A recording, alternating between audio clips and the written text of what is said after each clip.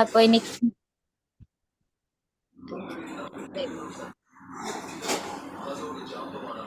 நம்ம வந்துட்டு கீர்த்தனோட கிளாஸ் ஆரம்பிக்கலாம். கிருஷ்ணா. ஓகே.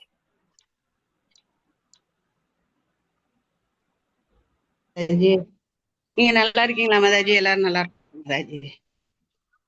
ஹரே கிருஷ்ணா மாதாஜி. எல்லாரும் சூப்பரா இருக்கும். எல்லாரும் சூப்பரா இருக்கும் மாதாஜி. கிருஷ்ணா ஒரே நிமிஷம். சந்தோஷம்.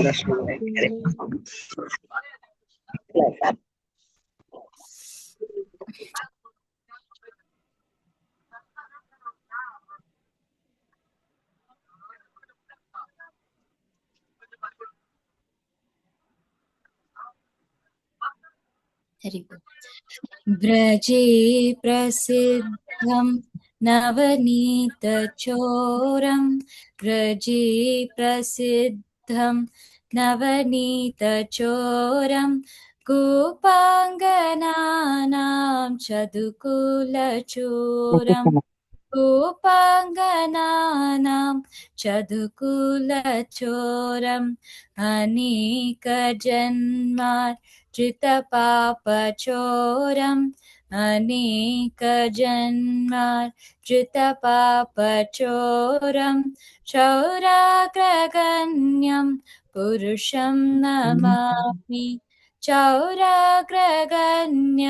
पुरुषं नमामि श्रीराधिकाय हृदयस्य चोरं श्रीराधिकाय हृदयस्य चोरं नवाम्बुदश्यामलकान्तिचोरं बुधश्यामलकान्तिचोरं पदाश्रितानां च समस्तचोरं पदाश्रितानां च समस्तचोरं चौराग्रगण्यं पुरुषं नमामि चौराग्रगण्यं पुरुषं नमामि अकिञ्चनीकृत्य पदाश्रितं य अकिञ्चनीकृत्य पदाश्रितं य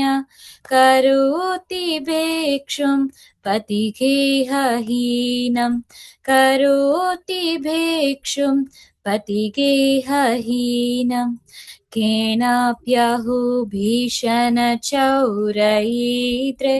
केनाप्यहो भीषणचौरयीदृक् दृष्टश्रुतो वा न जगत्त्रयेऽपि दृष्टश्रुतो वा गात्रयेऽपि यदीयनामापि हरत्यशेषं यदीयनामापि हरत्यशेषं गिरिप्रसारानपि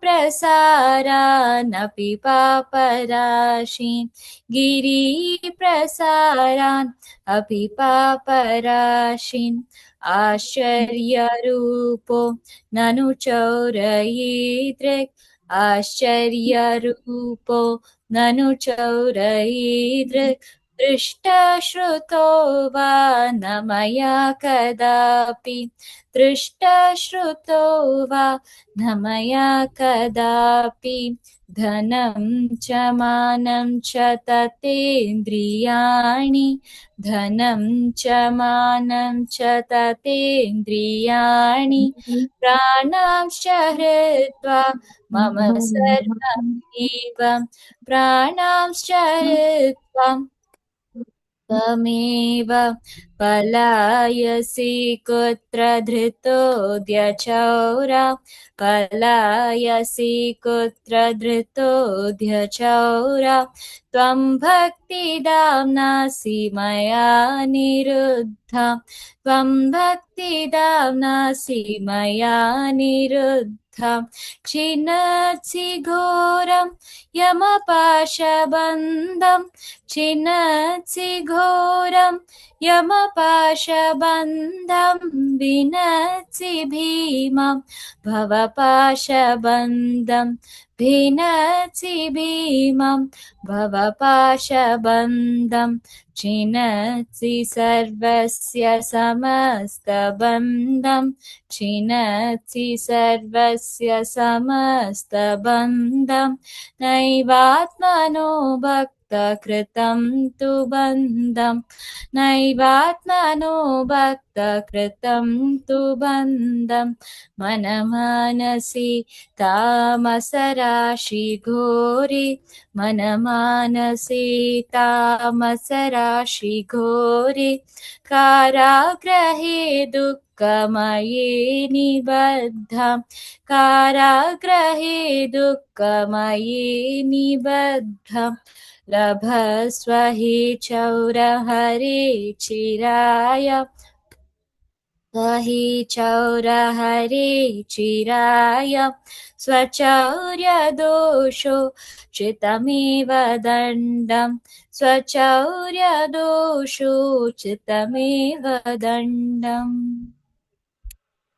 काराग्रहे वस सदा हृदये मदीये काराग्रहे वस सदा हृदये मदीये मद्भक्तिपाशा दृढबन्धननिश्चलसन् मद्भक्तिपाशा दृढबन्धननिश्चलसन् त्वां कृष्ण हे प्रलयकोटिशतान्तरेऽपि त्वां कृष्ण हे प्रलयकोटिशतान्तरेऽपि सर्वस्वचौरा हृदयान् न हि मोचयामि सर्वस्वचौरा हृदयान् न हि मोचयामि।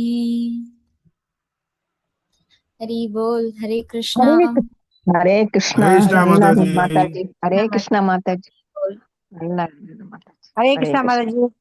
हरे कृष्णा माताजी। हरे कृष्णा माताजी। हरे हरे कृष्णा माताजी। हरे बोल। हरे कृष्णा माताजी। हरि बोल। हरे कृष्णा ஏதோ ஒரு குட்டி பாப்பா ஹரே கிருஷ்ணா சொல்லுது. ஹரே கிருஷ்ணா கண்ணா.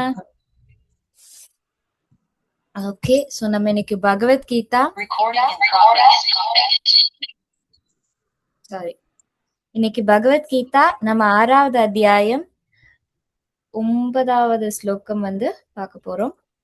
கிருஷ்ணா சாரி 10வது ஸ்லோகம் மாதாஜி. 10வது ஸ்லோகம் மாதாஜி. 10வது ஸ்லோகம் பார்க்க போறோம். Very good. எல்லாருக்கும் ஸ்கிரீன் தெரியுதா? தெரியுது. ஹரே கிருஷ்ணா மாதாஜி. தெரியுது மாதாஜி. ஹரி போல். ஹரே கிருஷ்ணா. சாந்தி மாதாஜி,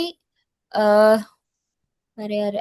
மல்லீஸ்வரி மாதாஜி அன்மியூட்ல இருக்கீங்களா? நம்ம ரிப்பீட் பண்ணலாமா? பண்ணலாம் மாதாஜி. ஹரே கிருஷ்ணா மாதாஜி. தேங்க்யூ மாதாஜி. ஹரி போல். ஹரே கிருஷ்ணா. வேற எல்லாரும் கொஞ்சம் மியூட் பண்ணிக்கலாம். ஹரி போல்.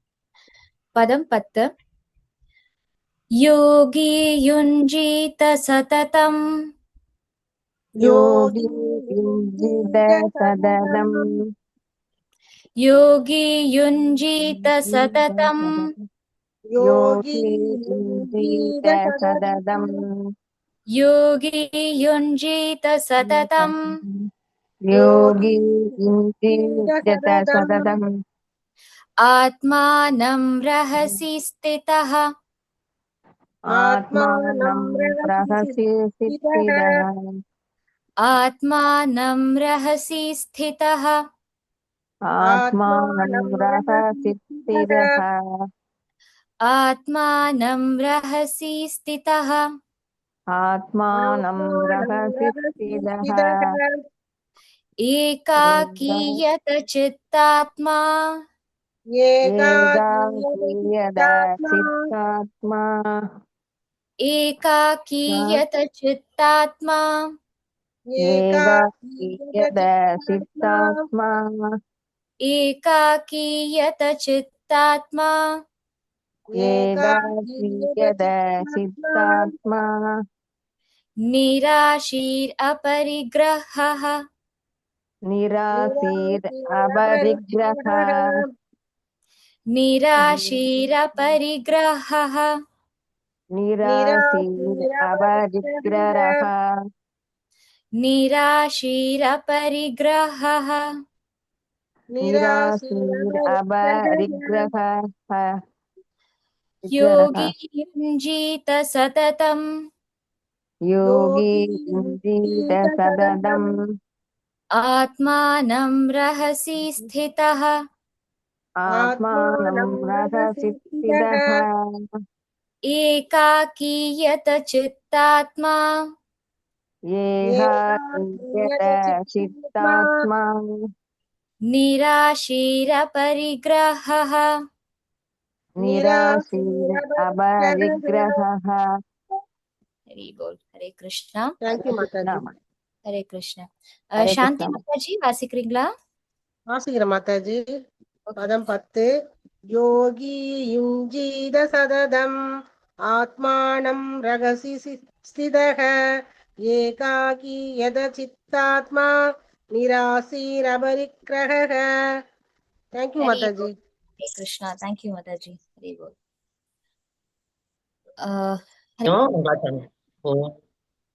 ॐ अज्ञानतिमिरान्धस्य ज्ञानाञ्जनशलाकया चक्षुरुन्मीलितं येन तस्मै श्रीगुरवे नमः। नमो विष्णुपदाय कृष्णप्रस्थाय भूतले श्रीमते भक्तिवेदान्तस्वामिनिधि नामिने। नमस्ते सरस्वते देवी गौरवाणि प्रचारिणे निर्विशेषा शून्यवादि पाश्चात्य देशधारिणे। जय श्री कृष्ण चैतन्य प्रभु नित्यानंद श्री अद्वैत गदाधर श्रीवासादि गौरभक्तवृंदा। हरे कृष्णा कृष्ण कृष्ण हरे हरे, हरे हरे राम राम राम हरे हरे। हरे कृष्णा। நம்ம இன்னைக்கு என்ன சாப்டர் பாக்குறோம்னா 6th சாப்டர்ல 10வது ஸ்லோகம் பாக்குறோம்.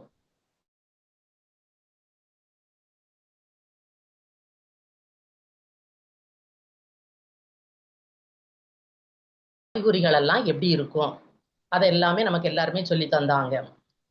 அந்த ஒரு நேரத்துக்கும் அனுகூல மாதாஜி எல்லாருமே அதான் சொல்லி தந்தாங்க. இன்னைக்கு என்ன கொடுத்திருக்காங்கன்னா பகவான் அந்த அஷ்டாங்க யோகத்துக்கோட வழிமுறைகள் எப்படி இருக்கும், நம்ம இதுவரை அந்த யோகி வந்து முன்னேறிய ஒரு அஷ்டாங்க யோகி வந்து எப்படி இருப்பாங்கிறத படிச்சோம். இன்னைக்கு நம்ம என்ன படிக்க போறோம்னா அதுக்கான வழிமுறைகள் என்னன்னு பகவான் சொல்றாருங்க. அப்ப இங்க என்ன சொல்றாங்கன்னா, இந்த யாராவது டிரான்ஸ்லேஷன் படிக்கிறீங்களா அதுல உள்ள? படிக்கிறேன் மாதாஜி. ஹரே கிருஷ்ணா.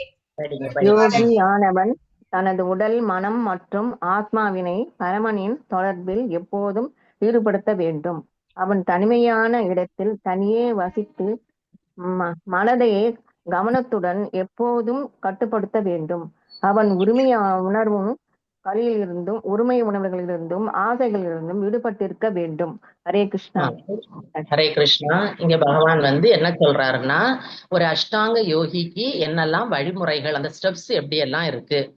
அதாவது இங்க ஃபர்ஸ்ட் அந்த ஸ்லோகத்துல என்ன சொல்றாங்கன்னா, யோகி இஞ்சித சததம் ஆத்மானம். அதாவது அவர் இங்க யோகின்னு கூப்பிடுறது ஆன்மீகவாதியை தான் கூப்பிடுறாரு. அதாவது ஒரு ஆன்மீகவாதி ஸ்பிரிச்சுவலா இருக்கிறவனை கூப்பிடுறாரு.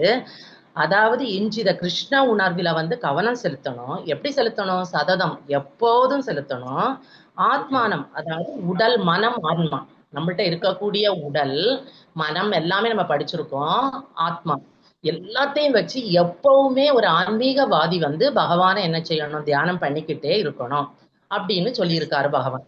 இதுல இம்பார்ட்டண்டா நம்ம படிக்க வேண்டிய வேர்ட்ஸ் இந்த ஸ்லோகத்துல என்ன இருக்குன்னா, அதாவது பகவான் வந்து இங்க நிறைய வேர்ட்ஸுக்கு இது கொடுக்குறாரு. அதாவது ரகஸ்தி ஸ்திதித. ரகசி ஸ்திதிதன்னா ஃபர்ஸ்ட் நீ என்ன செய்ய, ஒரு தனியா ஒரு இடத்த பாரு. இடத்த பார்த்து இருந்து முதல்ல செலக்ட் பண்ணணும் நம்ம ஒரு இடத்த. இப்ப நம்ம தான் நாம ஜபம் சொல்றோம். ஒரு எல்லா அபக்தர்களுக்கு கூட்டத்துல போயிருந்து சொல்லும் போது நம்மளால சொல்ல முடியுமா? முடியாது. நம்ம ஒரு துளசி தேவி பக்கத்திலேயோ அல்லது குரு மகாராஜா பார்த்துட்டோ இருக்கும்போது நம்ம கவன சிதறல்கள் வந்து குறைவா இருக்கு. இதே இது பஸ்ல போகும்போது டிராவல் எல்லாம் பண்ணும்போது நம்ம மனம் வந்து என்ன செய்யாது, அதுல லயிக்காது. அதனால பகவான் என்ன சொல்றாருன்னா, நீ வந்து ஃபர்ஸ்ட் ஒரு தனிமையான இடத்தை செலக்ட் பண்ணு. ரெண்டாவது என்ன சொல்றாங்கன்னா, ஏகாக்கி. ஏகாக்கின்னா தனியா இரு, அந்த இடத்துல தனியா இரு. அதுக்குன்னு மனிதர்களை வெறுக்கணும்னு அவசியம் இல்லை. நம்மளை சுத்தி இருக்கிறவங்களை நம்ம வெறுத்துட்டு தனியா போய் இருக்கணும்னு அவசியம் இல்லை. பக்தர்களோட சேர்ந்து இருக்கலாம், அபக்தர்களை நீ விட்டுரு. அந்த அசங்கம் நமக்கு, அந்த சங்கம் வந்து நமக்கு வேண்டாம்.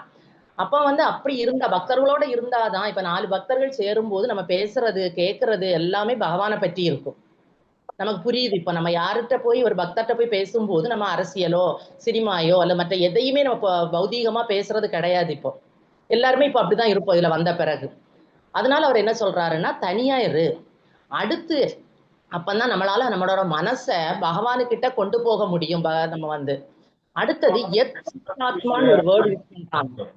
ஆனா இங்க என்ன சொல்றாங்கன்னா, அப்படி இருக்கும்போது அதாவது ஒரு தனியான இடத்துல தனியா, அவர் தனியான்னு சொல்றது அபக்தர்களோட வேண்டாம், பக்தர்களோட இருக்கலாம். நம்ம மனம் இந்திரியங்கள் எல்லாமே நம்ம கட்டுப்பாட்டுல இருக்கும். நம்ம ஆன்மீக வாழ்க்கையில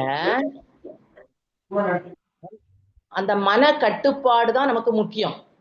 இப்ப எக்ஸாம்பிளுக்கு ரெகுலேட்டிவ் பிரின்சிபிள்ஸ் நம்ம ஃபாலோ பண்ணனா கூட அந்த மனம் வந்து நம்ம கையில இருக்கணும். நமக்கு நண்பனா இருந்தாதான் நம்ம அதை பண்ண முடியுது. மனம் வந்து எப்ப எதிரி ஆகுதோ அப்ப நம்மளால அதை பண்ண முடியல. வேண்டாம், நம்ம பாட்டுக்கு போயிட்டு இருப்போம், அது பிறகு பார்க்கலாம் அப்படின்னு நினைச்சிட்டு நம்ம போயிடுவோம். அடுத்தது என்ன சொல்றான்னா நிராசி. நிராசின்னா என்னன்னா, அதாவது எந்த பொருளாதார ஆசைகள், அதாவது இங்க இருக்கக்கூடிய செல்வத்துக்கு மேல நமக்கு ஆசை இருந்து, இப்ப வீடு பெருசா கட்டி இருக்கோம், கார் வாங்கியிருக்கோம்னா நம்ம அதுக்கு மேல ஒரு பற்று வந்துருது. அந்த வீட்டுல லைட்டா ஒரு டேமேஜ் வந்தா உடனே நமக்கு மனம் கஷ்டப்படுது. அந்த கார்ல ஒரு டேமேஜ் வந்தா மனம் கஷ்டப்படுது. அப்ப அவர் என்ன சொல்றாருன்னா, பொருளாதார ஆசைகளை எல்லாம் வெறுத்துடலாம். நமக்கு தேவையானதை, அதாவது நம்ம பொருளாதார ஆசைகளை விட்டுக்கிட்டு நம்ம ஆசையை யாருக்கு மேல கொண்டு போவோம்? பகவானுக்கு மேல கொண்டு போவோம். அவருக்கு எதை வைக்கலாம், எந்த ட்ரெஸ் போடலாம், என்னைக்கு அபிஷேகம் பண்ணலாம், எப்படி பண்ணலாம், அந்த ஆசைகள் மேல எந்த யார்கிட்ட போனா நமக்கு லெக்சர் கேட்கலாம், யாரு கிளாஸ் நமக்கு நல்லா சொல்லி தருவாங்க, நமக்கு பக்தர்கள் அவங்கள்ட்ட பேசுவோம் அப்படின்னு நமக்கு ஆசை வரணும். அடுத்து அபரிக்கிரகன்னா என்னவென்னா உரிமை உணர்வுகள். அதாவது நம்ம வந்து நிறைய சேமிச்சு வச்சோம்னு வச்சுக்கோங்க, தேவைக்கு அதிகமா சேமிக்கும் போது அந்த பொருளாதார ஆசைகள் அதிகம் வரும்போது அதுக்கு மேல உரிமை வந்துருது. இது என்னோட வீடு, அந்த வீட்டுக்கு நம்ம பேரை போட்டுருவோம், காருக்கு நம்ம பேரை போட்டுருவோம், நம்ம குழந்தையோட பேரை போட்டுருவோம். அதாவது பயம் வந்தா மட்டும் பகவானோட பேரை போட்டுருவோம். ஏதாவது எந்த கார்ல பாத்தீங்கன்னாலும் நிறைய பாக்குறோம், எல்லாருமே யாரோட பேரை தான் போட்டிருப்பாங்க, பிள்ளைகளோட பேரையோ அல்லது சில பக்தர்கள் மட்டும்தான் யாரோட பேரை போட்டிருக்காங்க, பகவானோட பேரை போட்டுப்போம். ஏன்னா நமக்கு வந்து அது ஆசைகள் உரிமை ஆசைகள் அதிகமாகி ஆசை பெரு செல்வம் சேர்க்கும் போது தேவையற்ற சேமிப்புகள் வரும்போது உரிமை உணர்வுகள் கூட வந்துருது. இது என்னோட பிள்ளை, இது என்னோட, இது அப்படி படிக்க வைக்கணும், இப்படி படிக்க வைக்கணும், இந்த ஆசைகள் அதிகமா வருது. அதனால நம்ம எப்பவுமே என்ன செய்யணும்னா, இதை இவ்வளவுத்தையும் நம்ம கண்டிப்பா ஃபாலோ பண்ணு. ஒரு அஷ்டாங்க யோகி ஃபாலோ பண்றது இது இவ்வளவு இம்பார்ட்டண்டா ஃபாலோ பண்ணு அப்படின்னு சொல்றாரு.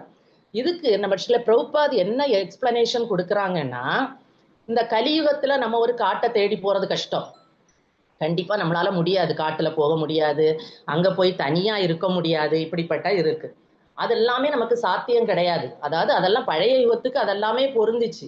ஆனா இப்ப நீ என்ன பண்ணுனா அதெல்லாம் பண்ண வேண்டாம். நீ வந்து கிருஷ்ண உணர்வை மட்டும் பக்தர்களோட சங்கத்துல இருந்து பண்ணு. கிருஷ்ண பக்தி யோகம் தான் இதுக்கு சிறந்தது.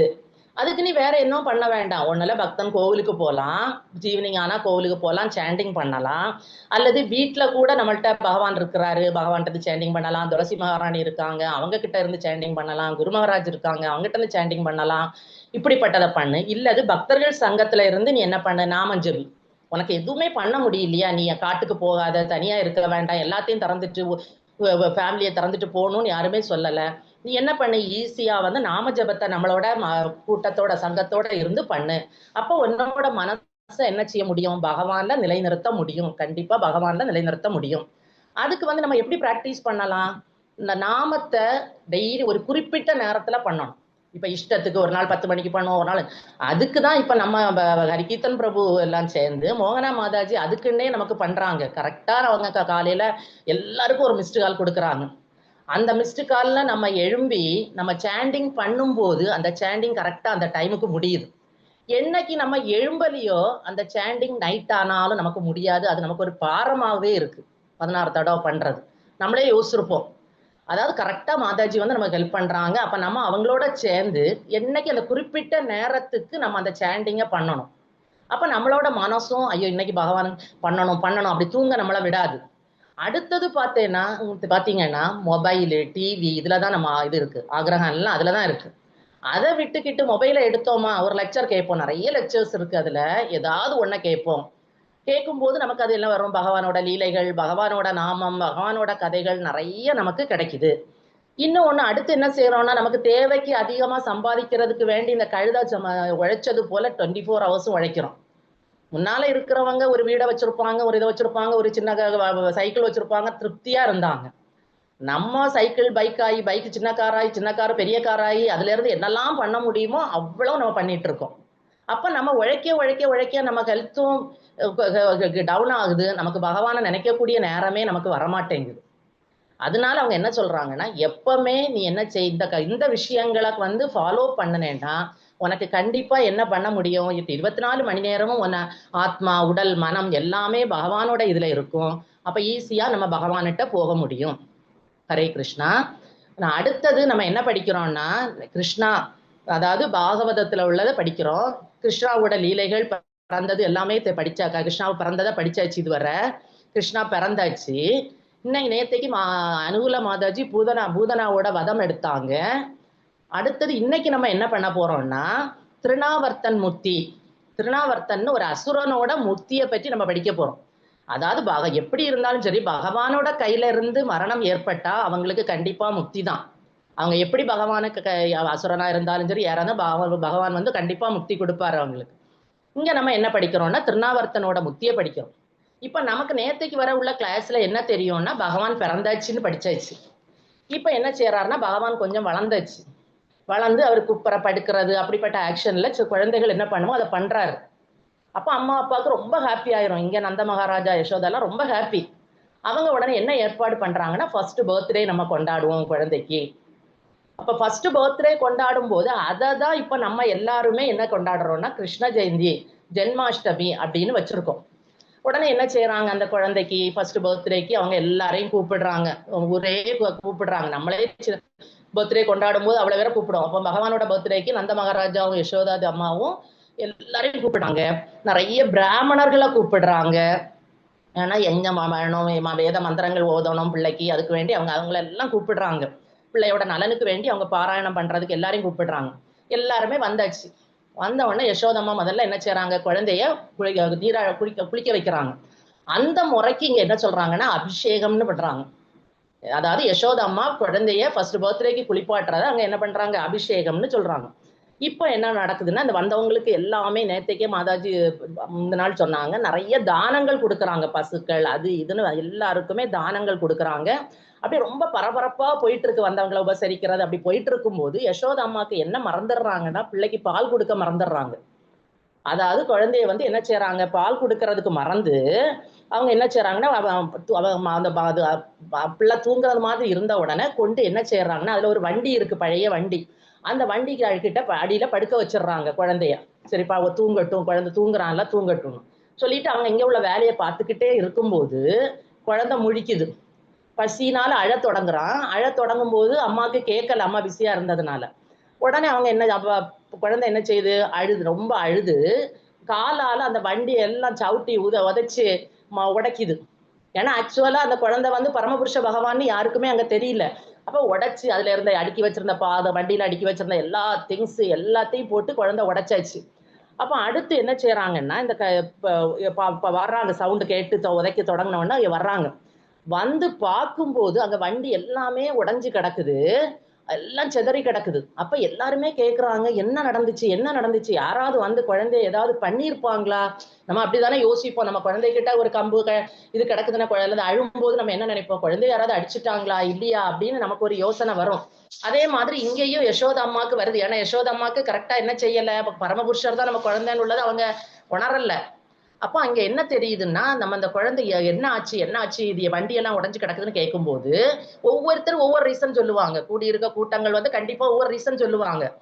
ஆனா அங்க இருந்த குழந்தைகள், அவரு கூட இருந்த குழந்தைகள் என்ன சொல்றாங்கன்னா, வேற யாரும் வரல, இவன் தான் என்ன பண்ணனா, இந்த வண்டி எல்லாம் சவுட்டி உடைச்சு எல்லாமே நாசம் பண்ணனா. உடனே அவங்க சொல்றாங்க, இந்த குழந்தை சொல்றத நம்ம என்ன செய்ய வேண்டாம், இந்த குழந்தைகள் சொல்றத நம்ம நம்ப வேண்டாம், அது என்ன வேணாலும் குழந்தைகள் எல்லாம் பேசிட்டு போட்டோம் அப்படின்னு. அப்ப அடுத்தது அம்மாக்கும் அப்பாவுக்கும் பயம் வருது. அப்ப ஏதோ ஒரு கொடிய சக்தி நம்ம குழந்தைய தாக்கி இருக்குமோ. உடனே என்ன நினைப்போம், ஏதோ ஆவி பிடிச்சிருக்கா, அது பிடிச்சிருக்கா, இது பிடிச்சிருக்கா, குழந்தை கொஞ்ச நேரம் அழுதாலே நம்ம அதை தான் யோசிப்போம்.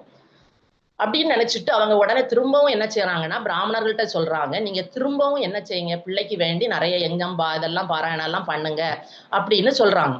சொன்ன உடனே அவங்க திரும்பவும் பண்றாங்க. அவங்க யசோதம்மா பிள்ளைக்கு பால் எல்லாம் கொடுத்து கொண்டு வராங்க. ஆனா பிள்ளை பால் குடிக்குது. குடிச்சோன்னு அவங்க என்ன நினைக்கிறாங்க, அப்ப சரி எந்த ஆபத்தும் குழந்தைக்கு இல்லை அப்படித்தான் நினைப்பாங்க. இப்ப ஒரு குழந்தை கீழே விழுந்த உடனே கொண்டு வந்து என்ன செய்வாங்க, கொஞ்சம் தண்ணியோ பாலோ கொடுப்பாங்க. அது குடிச்சிச்சுன்னா அவங்க என்ன நினைப்பாங்க, குழந்தைக்கு வேற அடி ஒன்றும் இல்லை. அதே மாதிரி யசோதா அம்மாவும் ஒரு சாதாரண அம்மா மாதிரி பிள்ளை இவ்வளவு இதெல்லாம் பண்ணின பிறகும் கொண்டு வந்து பாலை கொடுக்குறாங்க. கொடுத்து அது பால் அழகமா குடிச்ச உடனே அவங்க என்ன நினைக்கிறாங்க, ஓகே நம்ம பிள்ளை நல்லா தான் இருக்கிறான். அப்ப சரி இன்னும் அடுத்து என்ன செய்வோம், குழந்தைக்கு பிராமணர்கிட்ட சொல்லி திரும்பவும் என்ன செய்வோம், நம்ம கோவில்ல கொண்டு போய் நம்ம என்ன செய்வோம், தண்ணி அடிப்போம் அல்லது ஒரு நூலை கட்டுவோம். அதே மாதிரி அவங்க பிராமணர்கிட்ட சொல்றாங்க. ஆனா அங்க இருந்த பிராமணர்கள் எல்லாம் எப்படின்னா எல்லா தகுதியுமே அவங்கள்ட்ட இருந்தது. பிராமணர்கள் அதாவது அவங்கள்ட்ட பொறாமை கிடையாது, அவங்க உண்மைக்கு புறம்பா எதுவுமே செய்ய மாட்டாங்க, பெருமை இல்லை அவங்கள்ட்ட, தற்பெருமை கிடையாது, அஹிம்சையை கடைபிடிக்கிறாங்க, பொய் கௌரவம் ஃபால்ஸ் ஈகோ ஒண்ணுமே அவங்கள்ட்ட கிடையாது. அவங்க வந்து தகுதியுள்ள பிராமணர்களா அவங்க இருக்கிறாங்க. அதனால அவங்க கொடுக்கக்கூடிய அந்த பிளஸ்ஸிங்ஸ், அவங்க செய்யக்கூடிய எண்ணம் எல்லாம் எப்படி இருக்கும், அந்த குழந்தைக்கு வந்து ஆசீர்வாதத்தை தான் கொடுக்கும் அப்படின்னு நினைச்சிட்டு அவங்க திரும்பவும் சொல்றாங்க. திரும்பவும் அவங்க என்ன சொல்றாங்கன்னா, அதை கொண்டு திரும்பவும் அந்த பூஜை பண்றதுக்கு வேண்டி மூலிகை தண்ணீரால குழந்தையை குளிப்பாட்டி திரும்பவும் கொண்டு வராங்க.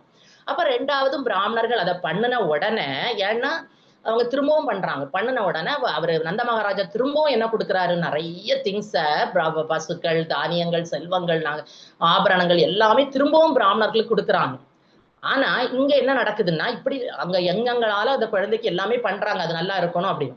ஆனா இந்த கலியுகத்துல நம்ம அதெல்லாம் பண்ண முடியாது. ஏன்னா இப்ப நமக்கு அப்படிப்பட்ட பிராமணர்கள் கிடைக்கிறதும் கஷ்டம். இன்னொன்னு அந்த யஞத்துக்கு யூஸ் பண்ணக்கூடிய நெய் மற்ற பொருட்கள் வந்து அவ்வளவு சுத்தமா கிடைக்குமான்னு நம்மளால சொல்ல முடியாது. அப்ப அழகான பசு நெய் அது இது கிடைச்சது. இப்ப கிடைக்கிறது எல்லாமே நமக்கு RKG அது இதுன்னு என்னெல்லாமோ கிடைக்குது. அப்ப கண்டிப்பா அதையெல்லாம் யூஸ் பண்ணி நம்ம செய்யறதும் அவ்வளவு உத்தமமா இருக்காது. அதுக்கு சைத்தன்ய மகாபிரபு என்ன சொல்றாங்கன்னா, நீ அந்த யஞத்துக்கெல்லாம் இப்ப போக வேண்டாம், உனக்கு குழந்தையோ யாரோ நீ வந்து என்ன பண்ணு நல்லா இருக்கணும்னா, நீ ஹரே கிருஷ்ணா மந்திரத்தை சொல்லு, நான் ஹரிநாமத்தை நீ ஜெபிச்சா போதும் அப்படின்னு. அப்ப அப்படி சொல்லும் போது அண்ணா இப்ப யசோதாமா என்ன செய்றாங்க, இதெல்லாம் முடிஞ்சு எல்லாமே அவங்களுக்கு எல்லாம் கொடுத்தாச்சு, எல்லாம் அனுப்பியாச்சு. திரும்ப குழந்தைய எடுத்து வச்சு என்ன செய்யறாங்கன்னா, மடியில வச்சு அவங்க என்ன செய்யிட்டு இருக்காங்க, தாளாட்டிக்கிட்டே இருக்காங்க திரும்ப சந்தோஷத்துல. அப்ப நேரம் ஆக ஆக குழந்தையோட வெயிட் வந்து அவங்களுக்கு கூடுது, மடியில வச்சு வெயிட் கூடுது. உடனே அவங்க என்ன செய்றாங்க, அவங்களால தூக்க முடியாதோன்னா தரையில படுக்க வைக்கிறாங்க. படுக்க வச்ச கொஞ்ச நேரத்துல என்ன நடக்குதுன்னா, அந்த திருநாவர்த்தன் வந்து ஆக்சுவலா ஏறுனா கம்சனோட ஒரு ஆளு. கம்சன் வந்து எப்பவுமே குழந்தைய கொல்லணும்னு இருக்கக்கூடிய கம்சனோட ஒரு ஆளு. அவன் வந்து எப்படி இருப்பான்னா அசுரன். ஆனா அவன் என்ன வடிவத்துல வருவான்னா, புயல் வடிவத்துல வரக்கூடிய ஒரு அசுரன். திருநாவர்த்தன் வந்து ஆக்சுவலா புயலா வரக்கூடிய ஒரு அசுரன். அப்ப அம்மா வந்து அந்த குழந்தைய அங்க படுக்க வச்சுட்டு போன உடனே, அவங்க வீட்டு வேலைகளை செய்ய போன உடனே இந்த திருநாவர்த்தன் என்ன செய்யறான்னா, வந்து இந்த குழந்தைய தூக்கிட்டு மேல அதாவது அவன் தூசி புயலா வர்றதுனால தூசிகள் அவ்வளவு பறக்குது. அவன் குழந்தைய தன்னை தோல்ல தூக்கிட்டு அவன் மேல போறான். இந்த தூசி பறக்கிறதுனால சுத்தி இருக்கிற எல்லாருக்க கண்ணுகள்லையும் தூசி விழுந்து யாருக்கும் ஒருத்தர் பார்க்க முடியல. அங்க என்ன நடக்குதுன்னே யாருக்குமே தெரியல. ஏன்னா ஒருத்தர் அடுத்தவங்கள பார்க்க முடியல, அவ்வளவு புயல் வந்து தூசியா பறக்கும் போது பார்க்க முடியல. அப்ப இங்க யசோதா அம்மா வந்து குழந்தைய பார்க்கும்போது குழந்தைய காணல. உடனே அவங்க நல்லா கத்துறாங்க, அழுறாங்க, தரையில புரண்டு அழுறாங்க. அம்மா வந்து கண்டிப்பா ஒரு பிள்ளைய காணலைன்னா அழதான் செய்வாங்க, அழுறாங்க. உடனே அங்க இருந்தவங்க எல்லாருமே தேட ஆரம்பிக்கிறாங்க. அங்க இருந்த கோபியர்கள் எல்லாருமே, பிராமின்ஸ் எல்லாருமே தேட ஆரம்பிக்கிறாங்க. ஆனா அந்த அசுரர் என்ன செய்யறான்னா, பிள்ளைய மேல கொண்டு போயிடுறான். அங்க மேல போக போக குழந்தை என்ன ஆகுதுன்னா, வெயிட் கூடிக்கிட்டே போறதுனால அவனால மேல தூக்கிட்டு போக முடியல. மலை போல குழந்தைக்கு வெயிட் கூடும் போது அவனால தூக்கிட்டு மேல போகவே முடியல. இப்ப குழந்தை அடுத்து என்ன செய்யுதுன்னா, அவனோட கழுத்தை பிடிச்சு அமுக்குது. அவனுக்கு அதோட மூச்சு எல்லாம் திணறி அவன் திரும்ப கீழே வர்றான். கீழே வந்த உடனே அவன் குழந்தை வந்து அவனை கொன்றோன்னு நினைச்சிட்டு அவன் அந்த பிடியில இருந்து விடுபட முயற்சிக்கிறான். பகவானோட அந்த பிடியில, குழந்தையோட பிடியில இருந்து விடுபட முயற்சிக்கிறான். கடைசியில என்ன நடக்குதுன்னா, விழுந்து அந்த விருந்தாவனத்துல அவன் என்ன செய்யறான்னா, தரையில ஒரு பாறைக்கு மேல விழுந்து அவன உடல் சிதறி அவன் உயிர் போகுது. இந்த உயிர் போன பிறகுதான் எல்லாருக்குமே தெரியுது, அந்த உயிரற்ற உடலுக்கு மேல, அந்த திருநாவர்த்தனோட உடலுக்கு மேல குழந்தை இருந்து விளையாடிக்கிட்டே இருக்கு. ஆனா குழந்தை திரும்ப கிடைச்சதுல அவங்களுக்கெல்லாம் ரொம்ப சந்தோஷம். ஏன்னா குழந்தை கிடைச்சாச்சு, குழந்தை கிடைச்சாச்சு. அங்க ஒரு உடல் இப்படி கிடக்குது, அதுக்கு மேல குழந்தை இருந்து விளையாடிட்டு இருக்குதுன்னா, அந்த அசுரன் வந்து அந்த குழந்தைய என்ன செய்துட்டான், தூக்கிட்டு போயிருக்கான்னு, யாரோ தூக்கி போயிருக்காங்க, அவங்களால முடியாததுனால இப்படி நடந்திருக்குன்னு உள்ளது அவங்களுக்கு புரியுது. ஆனாலும் அவங்க வந்து அது வந்து பகவான் வந்து முழுமுதற் கடவுள்னு உள்ளது அவங்க என்ன செய்யல, யோசிக்கல. அந்த நேரம் யாருக்குமே அந்த யோசனை வரல. அப்ப இவங்க என்ன செய்யறாங்கன்னா, உடனே எல்லாருமே என்ன நினைக்கிறாங்கன்னா, இப்ப திரும்பவும் அந்த குழந்தை வந்து நமக்கு உயிரோட கிடைச்சிருக்கு. அப்ப கண்டிப்பா இவங்க நந்த மகாராஜா, யசோதா எல்லாம் போன பிறவியில நிறைய புண்ணியங்கள் செய்ததுனாலதான் அங்க சுத்தி இருக்கிறவங்க நினைக்கிறாங்க. நல்ல புண்ணியங்கள் செய்து பகவானை பத்தி அவங்க யோசிச்சுட்டே இருந்ததுனால 24 ஹவர்ஸ் அவங்க பகவானுக்கு கைங்காரியம் செய்ததுனால அவங்களால என்ன செய்ய முடியுது? இந்த குழந்தை வந்து உயிரோட கிடைச்சிருக்கு. அல்லது இவ்வளவு மேல போய் அவன் மேல இருந்து கீழே விழுந்து அவன் இறந்திருக்கான். அவ குழந்தை தப்பணும்னா அது வந்து கண்டிப்பா ஒரு அசாதாரண காரியம். இந்த பகவானோட அசாதாரண காரியங்கள் லீலைகளை பற்றி நம்ம கேட்கும் போது நம்ம மனசு வந்து எப்பவுமே பகவானோட என்ன செய்யும், ஒன்றி போயிரும். அந்த லீலைகளை கேட்கும் போது சந்தோஷமா இருக்கும். அப்ப அவங்க என்ன செய்யறாங்கன்னா இதை அப்படியே அந்த சுத்தி இருக்கிறவங்க நினைச்சுக்கிறாங்க. அப்ப நம்மளும் இதே போல எப்பவுமே பகவானுக்கு காரியங்கள் நம்மளை சுத்தி இருக்கிறவங்க பக்தர்களோட இருந்து நல்ல காரியங்களை பண்ணனா நமக்கும் இது போல நடக்கும். ஆனா இப்ப அடுத்து என்ன நடக்குதுன்னா, இதுக்கு பிறகு இப்ப குழந்தைய எடுத்தாச்சு. இதுக்கு பிறகு ஒரு நாள் யசோதம்மா என்ன செய்யறாங்கன்னா பிள்ளைக்கு பால் கொடுத்துக்கிட்டே இருக்காங்க. கொடுத்துட்டு இருக்கும்போது நிறைய பால் வருது, நிறைய குடிக்கிறது மாதிரி இருக்கு அவங்களுக்கு. உடனே என்ன செய்யறாங்கன்னா பிள்ளையோட நிறைய சுரக்கிறதுனால பிள்ளைக்கு மூச்சு அடைச்சிருமோ, அதாவது கொஞ்சம் கொஞ்சமா போனாதான் பிள்ளை குடிக்க முடியும். நிறைய அளவுக்கு அதிகமா பிள்ளைக்கு அவங்களுக்கு பால் சுரந்த உடனே அவங்க என்ன நினைக்கிறாங்கன்னா, பிள்ளை குடிக்கும் போது எங்கேயாவது நாசில ஏதாவது ஏத்திருவானோ அப்படின்னு நினைச்சு வாயை திறந்து பாக்குறாங்க. வாயை திறந்து பார்க்கும்போது அங்க பிள்ளை என்ன காட்டுது, மொத்த பிரபஞ்சத்தையும் குழந்தை காட்டுது. அங்க எல்லாருமே இருக்காங்க. அப்போ அவங்க நினைக்கிறாங்க, அவங்களுக்கு உடனே இது பகவான். அப்போ அவங்க புரியல, இது என்ன எல்லாமே தெரியுது, மலை தெரியுது, பிரபஞ்சங்கள் ஃபுல்லாவே தெரியுது, கடல் அது இது எல்லாமே, நட்சத்திரங்கள், சூரியன், சந்திரன் எல்லாருமே தெரியுறாங்களே. அப்ப இது என்னன்னு அவங்களுக்கு காட்டு வந்து இதயம் வந்து படப்படா துடிக்குது. அவங்களால ஒன்னும் பண்ண முடியல. இது என்னடா அற்புதம், இப்படி நடக்குது, நம்ம குழந்தை இப்படி இருக்கு ஒரு அசாதாரணமா அப்படின்னு எதுவுமே சொல்ல முடியாம கண்ணை மூடிக்கிட்டாங்க. அப்படியே அவங்க படுத்திருக்கும் போது அப்படியே அவங்க மூடிட்டே இருக்கும்போது அடுத்து பகவான் வந்து எதை காட்டுறாருன்னா தன்னோட விஸ்வரூபத்தை காட்டுறாரு. ஏற்கனவே பகவத்கீதையில படிப்போம், அர்ஜுனனுக்கு காட்டுவாரு, இங்க அம்மாவுக்கு காட்டுறாரு விஸ்வரூபத்தை. அப்ப இதுல இருந்து நம்ம என்ன படிக்கிறோம்னா, திருநாவர்த்தன் கதையில என்ன தெரியுதுன்னா, எப்பவுமே தப்பு பண்றவங்களுக்கு அழிவு நிச்சயம். அங்க அவன் வந்து பகவானை கொல்லணும் அப்படின்னு நினைச்சிட்டு வந்தனால அவன் இறந்து போறான். ஆனா பகவான் வந்து எல்லாரையும் காப்பாத்துறவர், மெயின்டைனர் எல்லாமே இருக்கிறதுனால அவருக்கு எந்த சேதவுமே வரல. அப்ப இந்த கதைகள்ல இருந்து என்ன தெரியுதுன்னா, அவர் குழந்தையா இருந்தாலும் சரி, அவர் அர்ஜுனனுக்கு சாரதியா இருந்தாலும் சரி, அல்லது கோபிஸுக்கு ட்ரெஸ்ஸை எடுத்துட்டு போனாலும் சரி, இல்ல எப்படி இருந்தாலும் எந்த ரூபத்துல அவர் வந்தாலும் கிருஷ்ணர் வந்து எப்பவுமே ஒரு சுப்ரீம் பர்சன் தான். அதை வந்து நம்ம மறக்கவே முடியாது. அவர் எந்த ரூபத்துல யாரு நினைக்கிறாங்களோ எப்படி வேணாலும் அவர் வரலாம். ஆனா அவர் வந்து எப்பவுமே எப்படிதான் இருக்கிறாருன்னா ஒரு சுப்ரீமா தான் இருக்கிறாரு. அதனால நம்மளை போலப்பட்ட இப்ப நமக்கு புரியுது. ஆனா அபக்தர்கள் என்ன நினைப்பாங்கன்னா, இந்த ராசலீலை அது இதை பார்த்து அவங்க வந்து அதை தப்பா உணர்ந்துப்பாங்க. இப்படி காட்டுச்சா அப்படி காட்டுச்சான்னு. அதே போல திருநாவர்த்தனுக்கு என்ன இருந்ததுன்னா, இந்த கடையில் நம்ம படிக்க வேண்டியது, அவனுக்கு ஒரு தற்பெருமையும் பொய் அகங்காரம். அதாவது நம்ம வந்து ஒரு அசுரன், நம்ம ஒரு புயல், நம்ம அவன் மேல பிள்ளையை தூக்கிட்டு போய் ஏதாவது பண்ணிடலாம் அப்படின்னு ஒரு அகங்காரம் இருந்ததுனால அவன் அழிஞ்சு போயிட்டான். ஆனா யசோதம்மா எப்படி இருக்கிறாங்க, ரொம்ப எளிமையா சிம்பிளா அந்த குழந்தைய எடுத்து வச்சு கொஞ்சம் செகண்ட் காணலைன்னா அழுது புரண்டு அம்மாக்குள்ள எல்லா வேலையும் அவங்க எளிமையா பண்ணிட்டு இருக்காங்க. அதனால இப்ப பகவான் யாருக்கிட்ட காரியமா இருக்கிறாரு, யசோதம்மாக்கு அன்புல முங்கி இருக்கிறாரு, திருநாவர்த்தனோட தற்பெருமையில முங்கி இருக்கல. அப்ப நம்மவும் எப்பவுமே பௌதிகமாட்டும் சரி ஆன்மீகமாவும் என்கிட்ட அந்த காசு இருக்கு, என்கிட்ட அந்த படிப்பு இருக்கு, என்கிட்ட அந்த பதவி இருக்கு, இதையெல்லாம் வச்சு நான் என்ன செய்திருவேன், பெரிய ஆள் ஆயிடுவேன் அப்படின்னு அகங்காரம் இல்லாம, அது ஆன்மீகமாட்டும் சரி. ஆன்மீகமாட்டும் சிலவங்க என்ன நினைப்பாங்க, எனக்கு அது தெரியும், பாகவதம் தெரியும், பகவத்கீதை தெரியும். பகவான் அதை எல்லாம் கேட்கல, உனக்கு என்ன வேணாலும் தெரியட்டும், என்ன வேணாலும் நீ பண்ணு, ஆனா நீ எப்பவுமே எளிமையா அகங்காரம் இல்லாம பொய் தற்பு இல்லாம இருந்தாதான் அவருக்கு அந்த ரூபம் தான் நம்மள்ட்ட பிடிக்கும், அந்த எண்ணங்கள் தான் அவருக்கு பிடிக்கும். அதனால நம்ம எப்பவுமே என்ன செய்யணும்னா, தாழ்மையா இருந்து கருணையோட நம்ம பகவானுக்கு சேவகனா இருந்து உண்மையான பக்தி தொண்டு செய்தோம்னா அவர் எப்பவுமே நம்மளை கைவிட மாட்டாரு.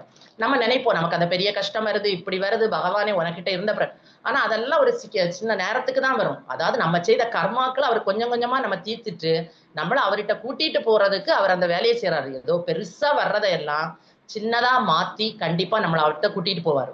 அப்ப இதுல இருந்து நம்ம என்ன உணரணும்னா, இந்த பௌதீகமாட்டோ ஆன்மீகமாட்டோ எப்பவுமே நமக்கு என்ன வரக்கூடாது, ஒரு தற்பெருமை வரக்கூடாது. அடுத்தவங்கள்ட்ட புதுசா வந்தவங்கள பார்த்த உடனே ஐயோ எனக்கு அதெல்லாம் தெரியும் நான் சொல்லித்தரேன் அப்படின்னு நினைக்காம, எல்லாரும் பகவான் முன்னால எல்லாருமே ஒண்ணுதான். எந்த பெரிய பதவியில இருந்தாலும், என்ன படிச்சிருந்தாலும், என்ன நடந்தாலும் எல்லாருமே ஒண்ணுதான்.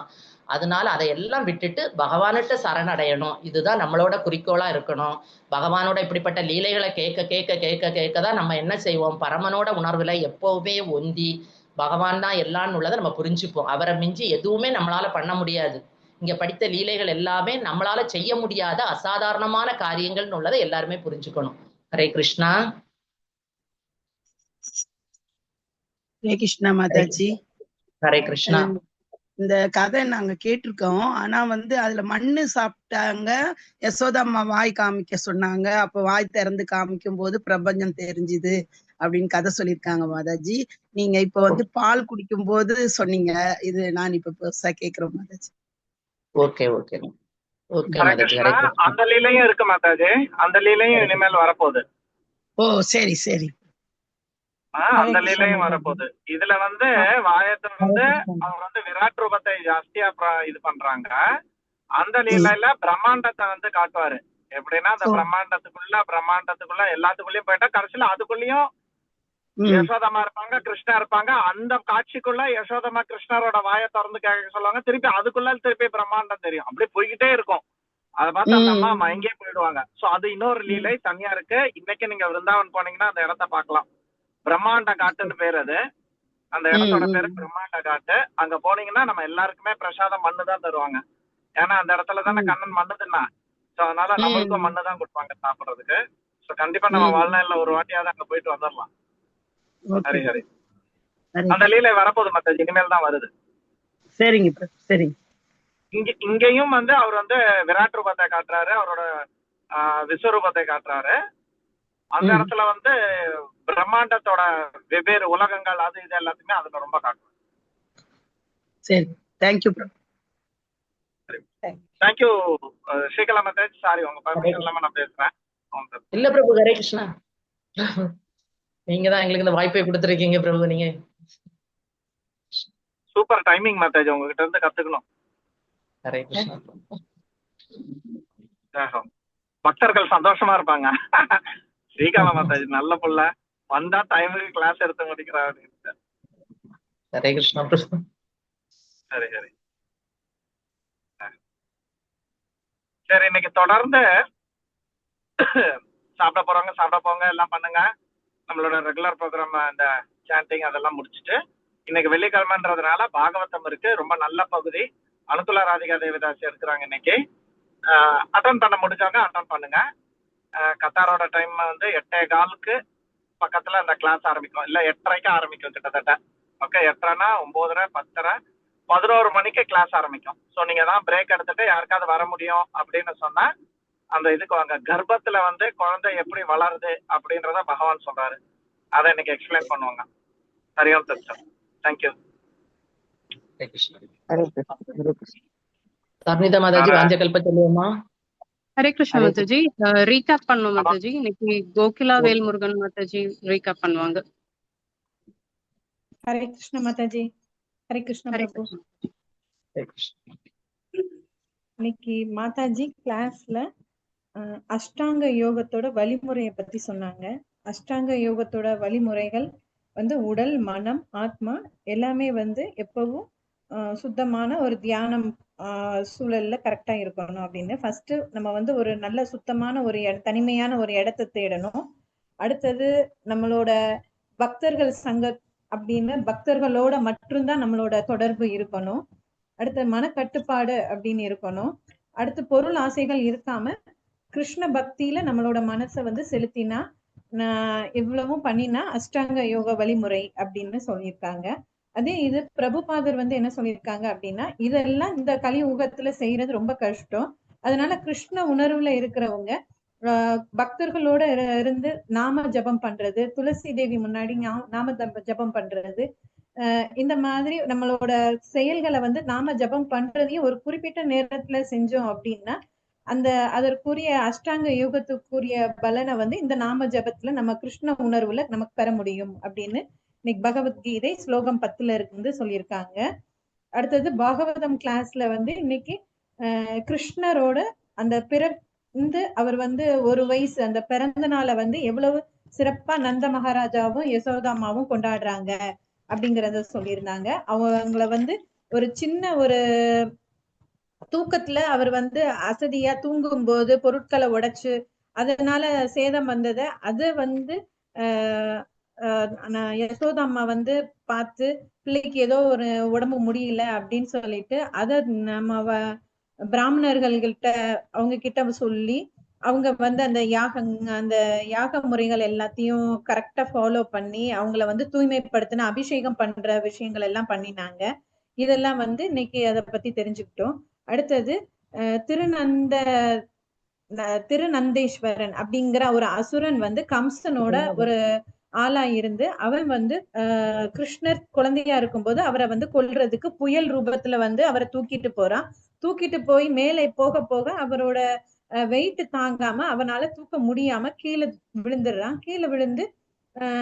கீழே விழுந்து இறந்து போயிடுறான். ஆனா அங்க இருக்க யசோதாம்மால இருந்து எல்லாரும் கிருஷ்ணரை காணும்னு தேடி வர்றவங்க குழந்தை வந்து அவ மேல உட்கார்ந்து விளையாண்டுட்டு இருக்கிறத பாக்குறாங்க.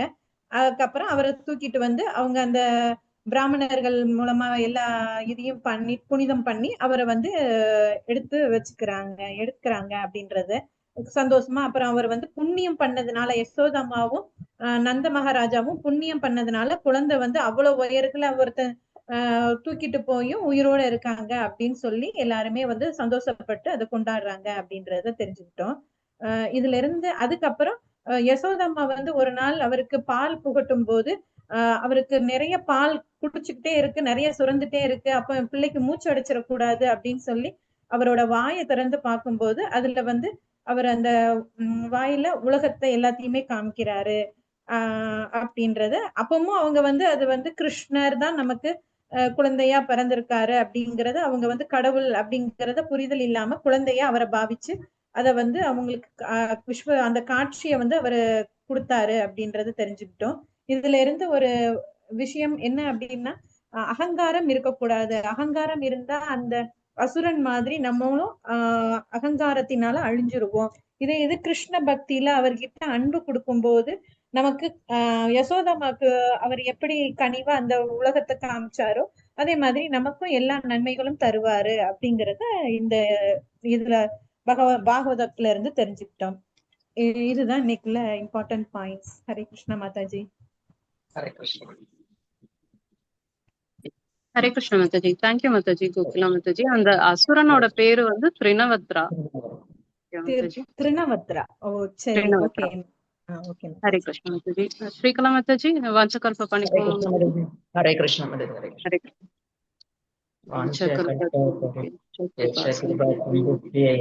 परिदानं पावनेभ्यो वैष्णवेभ्यो नमो नमः. अनंतकोटि वैष्णव वृंद की जय. श्री गुरु महाराज की जय. श्री प्रभुपाद की जय. निताय गौर प्रेमानंदे. हरि हरि बोल. हरे कृष्ण. हरे Krishna Mataji. Vidya Mataji. Hare Krishna. Thank you Mataji. Srikala Mataji. Kokila Mataji. Thank you Mataji. So நம்ம இன்னைக்கு ஸ்லோகா போலாமா?